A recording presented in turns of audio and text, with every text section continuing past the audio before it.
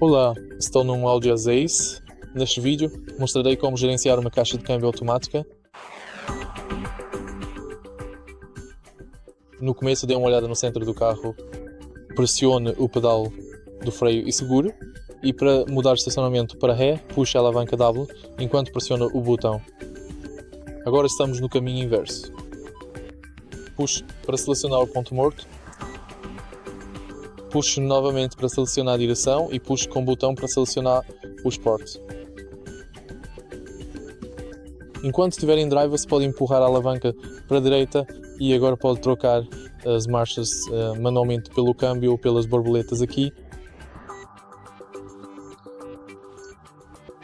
Empurre de volta para drive e empurre para frente com o botão para selecionar o estacionamento. Se você achou este vídeo útil, por favor deixe um like, comente e se inscreva.